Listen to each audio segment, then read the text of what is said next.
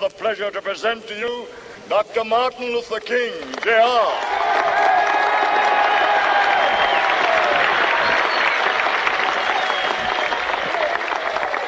I am happy to join with you today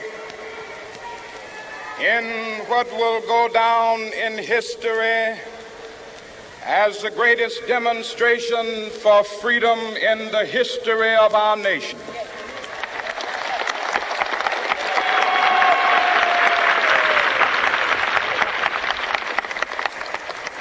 Five score years ago, a great American in whose symbolic shadow we stand today signed the Emancipation Proclamation.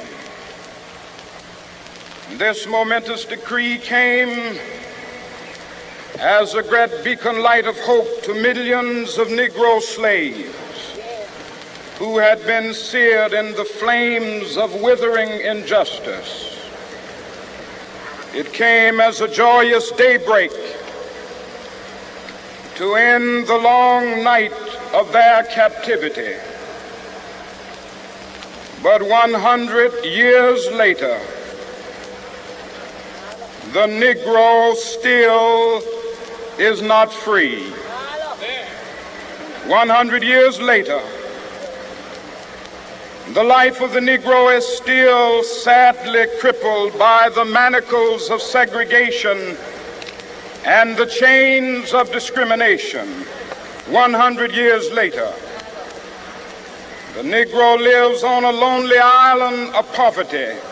I have a dream that one day this nation will rise up and live out the true meaning of its creed. We hold these truths to be self-evident, that all men are created equal.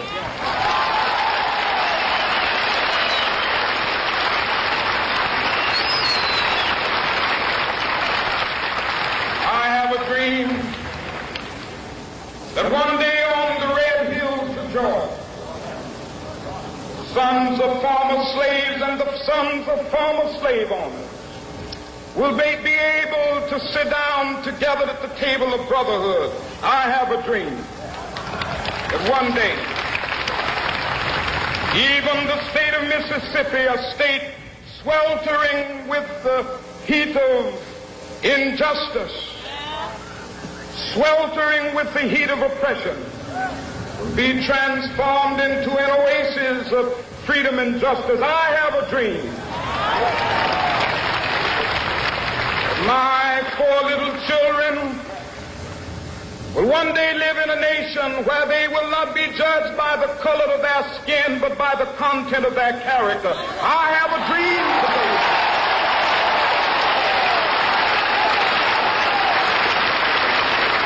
I have a dream that one day, down in Alabama, with its vicious racists, with its governor having his lips dripping with the words of interposition and nullification. One day right there in Alabama, little black boys and black girls will be able to join hands with little white boys and white girls as sisters and brothers. I have a dream today.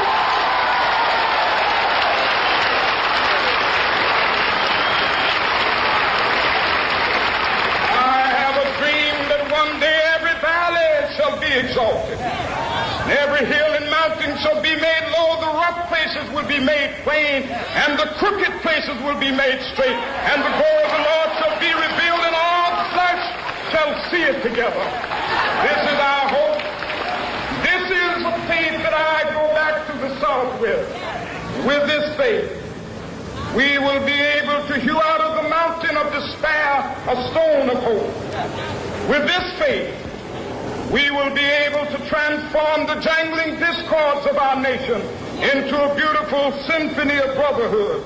With this faith, we will be able to work together, to pray together, to struggle together, to go to jail together, to stand up for freedom together, knowing that we will be free one day.